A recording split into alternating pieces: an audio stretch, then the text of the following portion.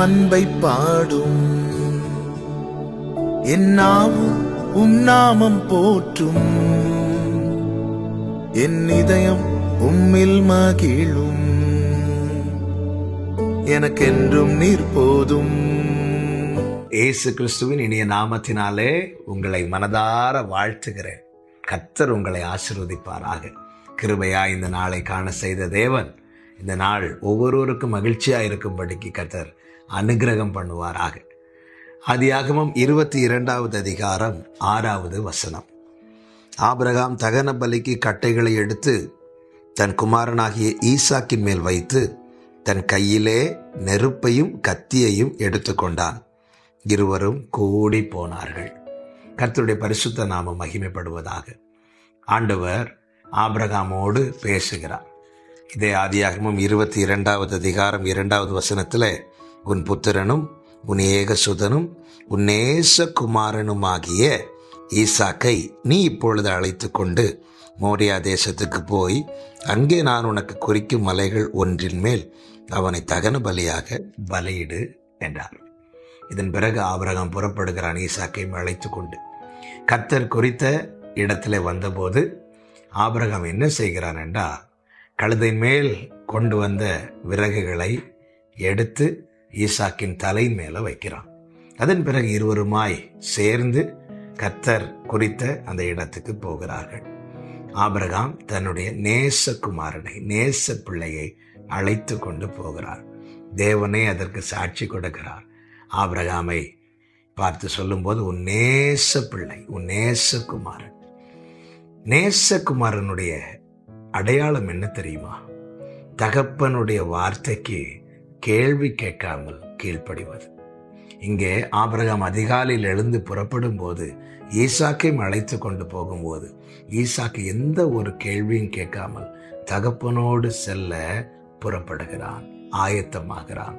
அதற்காக தன்னை ஆயத்தப்படுத்துகிறான். அப்பா சொல்லிட்டாங்க, நான் அதை செய்யணும். அவர் நம்மை பிள்ளைகளாக்கி இருக்கிறார். நாம் நேச பிள்ளைகளாக இருக்கிறோமா? எதிர்த்து நிற்கிற கோபாக்கினின் பிள்ளைகளாக இருக்கிறோமா? ஆமென். எந்த ஒரு பெற்றோருமே தன்னுடைய பிள்ளைங்க தங்களுக்கு கீழ்ப்படிய வேண்டும் என்று விரும்புவார்கள். பிள்ளைங்க மேலே வைக்கிற பாசத்தை எல்லா பிள்ளைங்க மேலே வைப்பாங்க. ஆனால் கீழ்ப்படுகிற பிள்ளைங்க மேலே தனி பாசம் இருக்கும். அதுதான் அவர்களுக்கு ரொம்ப பிரியமாக இருப்பார்கள். நேச பிள்ளைகள். கேள்வி கேட்காமல் தேவனுக்கு கீழ்ப்படுகிறோமா? அப்படி கீழ்ப்படிவோமானால் நாம் அவருக்கு நேச பிள்ளைகள்.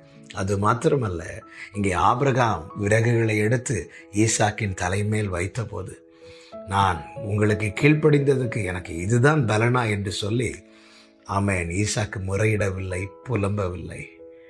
ஆமென். தகப்பன் தந்ததை சந்தோஷமா ஏற்றுக்கொண்டான். பாசம் உள்ளவனுக்கு பாரம் பெரிதல்ல.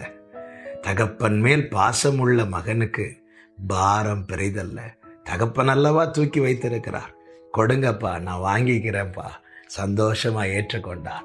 நன்றாய் புரிந்து கொள்ளுங்கள். இளம் பிராயத்திலே நுகத்தை சுமக்கிறது மனுஷனுக்கு நல்லது. அவரே அதை அவன் மேல் வைத்தார் என்று அவன் எண்ண வேண்டும் என்று புலம்பல் 3 சொல்லப்பட்டிருக்கிறது. ஆமென். இங்கே தகப்பன் விறகுகளை தூக்கி ஈசாக்கின் மேலே வைக்கிறான். இந்த நேச பிள்ளை என்ன செய்கிறான் தெரியுமா? அதை சந்தோஷமாக ஏற்றுக்கொள்ளுகிறான். நேச பிள்ளைகளின் அடையாளம் என்ன? கேள்வி கேட்காமல் கீழ்ப்படிவது மாத்திரமல்ல, அவர் தருவதை சந்தோஷமாக ஏற்றுக்கொள்வது. இயேசு கிறிஸ்து அதை ஏற்றுக்கொண்டார். இந்த பாத்திரத்தில் பானம் பண்ணுவது தேவ சித்தம் என்பதை அறிந்ததும் அதை ஏற்றுக்கொண்டு அவர் புறப்படுகிறார்.